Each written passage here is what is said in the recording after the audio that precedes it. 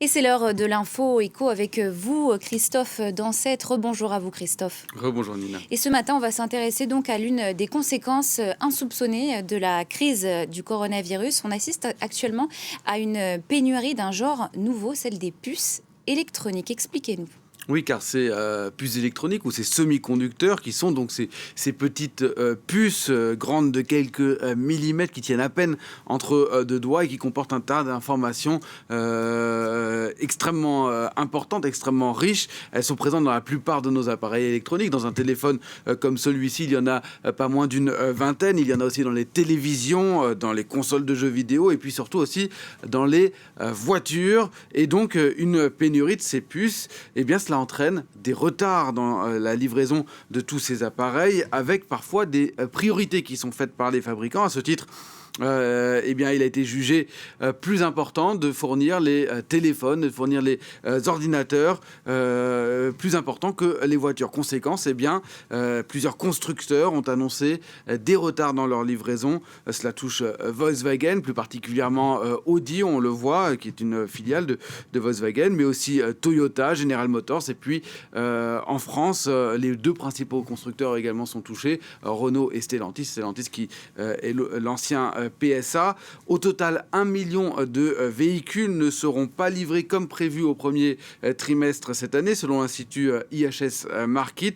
Le manque à gagner pourrait représenter jusqu'à 60 milliards de dollars pour les constructeurs. Ce n'est pas rien, surtout pour un secteur qui a tant souffert l'année dernière en raison des confinements. Mais alors, pourquoi y a-t-il une telle pénurie ? Alors pour bien comprendre pourquoi il y a cette pénurie, il faut revenir à l'année dernière et plus particulièrement au mois de mars l'année dernière, lorsqu'il y a eu ces premiers confinements justement, et un certain nombre de constructeurs automobiles, eh bien, ils ont retrouvé leurs usines absolument à l'arrêt.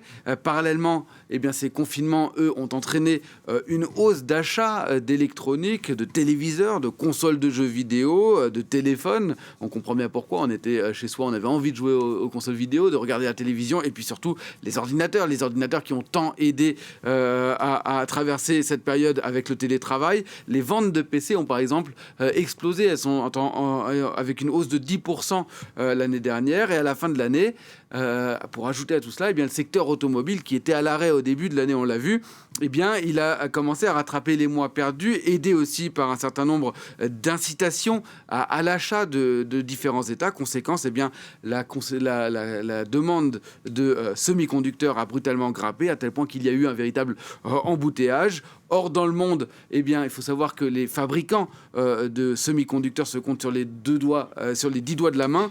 Dans la catégorie la plus avancée, celle des microprocesseurs, qu'on appelle les cerveaux des ordinateurs, seules 2 entreprises au monde, on les voit ici, sont capables de maîtriser les puces de dernière génération. C'est le sud-coréen Samsung ou bien le taïwanais TSMC. Ailleurs dans le monde, il y a certes quelques autres fabricants. Aux États-Unis, en France, on peut citer ST Microelectronics, ou encore en Allemagne ou aux Pays-Bas. Mais vous allez le voir sur ce graphique, on voit bien que l'essentiel des puces sont fabriquées en Asie, plus de 70%, et plus particulièrement donc dans ces deux pays que sont la Corée du Sud et Taïwan. Les États-Unis ne représentent que 12% d'un marché de plus de 400 milliards de dollars, et l'Europe 9%. Mais alors, est-ce qu'il n'y a pas justement une trop grande dépendance par rapport à ces pays-là ? Eh bien, la demande de ces puces devrait exploser encore dans les prochaines années avec la sophistication d'appareils électroniques. Elle pourrait augmenter cette demande de 20 à 30% par an dans les prochaines années. Résultat, derrière tout cela commence à se jouer une bataille géopolitique, les semi-conducteurs devenant une sorte de pétrole du 21e siècle, notamment bataille géopolitique entre les États-Unis et la Chine, avec un certain nationalisme des puces électroniques. Washington a par exemple interdit récemment la vente de puces à certaines entreprises chinoises, on pense notamment à Huawei. Parallèlement, les grandes puissances se lancent, elles, dans la course aux semi-conducteurs pour réduire leur dépendance. On parlait de la Chine. Xi Jinping a fait un discours la semaine dernière, vendredi dernier, et il a annoncé un investissement gigantesque de plusieurs centaines de milliards de dollars dans le secteur. Aux États-Unis, c'est le président Joe Biden qui a signé il y a 15 jours un décret, on le voit ici, pour identifier les manques et imaginer accompagner les prochains investissements. Washington compte convaincre certains géants asiatiques d'installer leurs usines dans le pays. Enfin, l'Europe, elle aussi, a conscience de son retard. En décembre dernier, 16 pays, dont la France et l'Allemagne, ont annoncé préparer une alliance industrielle pour réfléchir ensemble à la question, un peu comme ils le font depuis 4 ans sur les batteries. D'ailleurs, aujourd'hui même, il y a une conférence de presse entre Bruno Le Maire et Thierry Breton, qu'on voit ici, et les ministres allemands sur le sujet. Cette alliance devrait être lancée officiellement dans les prochains jours.